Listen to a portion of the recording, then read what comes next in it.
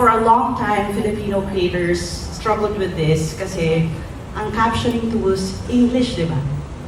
Parang ang hirap-hirap. Dati, nung inabutan ko pa yung I had to call for my community to manually add the captions, the subtitles, kasi dati, mano-mano pa yun. Think in terms of scale din, kung ano yung marireach ninyo. One of my favorite things about Capcom AI is that you can create two subtitles.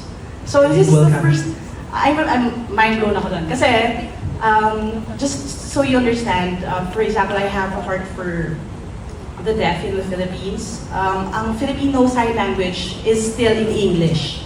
Alam niyo ba yan? So kung kapag Taglish yung content niyo or Taglish yung yung subtitles ninyo, sometimes merong language barrier.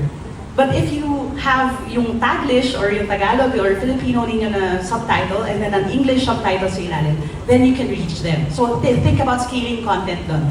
Those who can use subtitles, kasi maintindihan nila sinasabi mo. Those who are in other countries, kasi ngayon maintindihan na nila kasi may English ka rin na subtitles. So